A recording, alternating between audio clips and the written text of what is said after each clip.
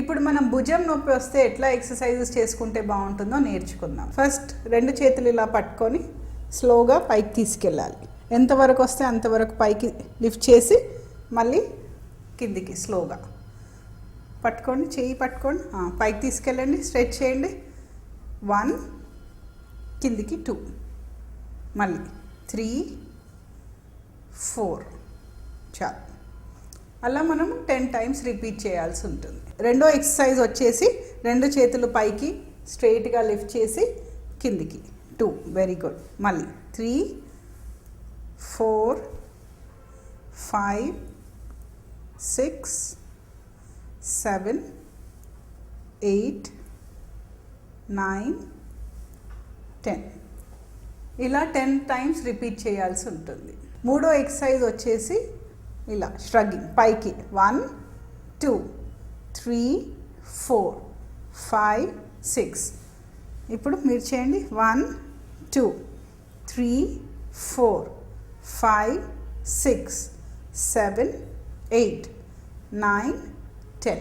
ఇది కూడా 10 సార్లు రిపీట్ చేయాలని ఉంటుంది. నెక్స్ట్ ఎక్సర్సైజ్ ఇలా పట్టుకొని ఇది 2 పైకి ఉండొద్దు, కిందికి ఉండొద్దు, సేమ్ ఈక్వల్గా ఈ యాంగిల్లో ఉండాలి, ఇక్కడ వరకు ఉండాలి.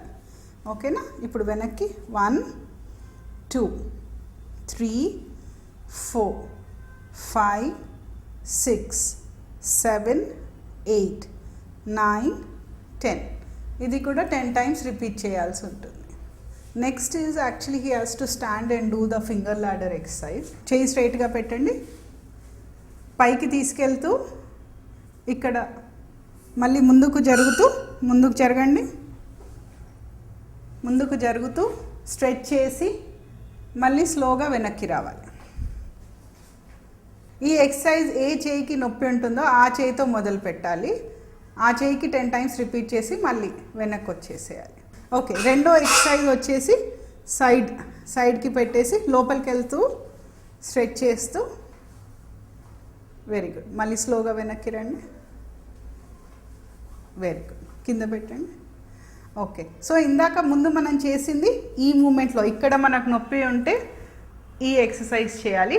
సైడ్లో మనకు మూమెంట్ లేకపోతే ఈ సైడ్ ఎక్సర్సైజ్ చేయాలి ఉంటుంది. సో ఈ 2 ఎక్సర్సైజెస్ దానికి హెల్ప్ఫుల్ ఉంటాయి.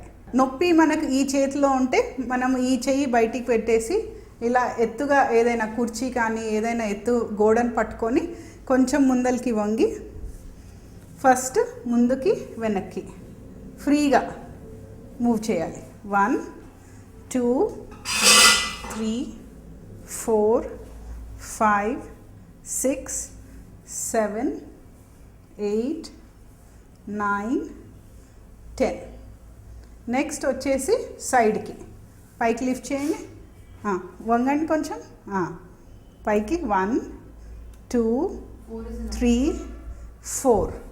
నెక్స్ట్ వచ్చేసి ఇలా స్లోగా 1 2 3 4 5 6.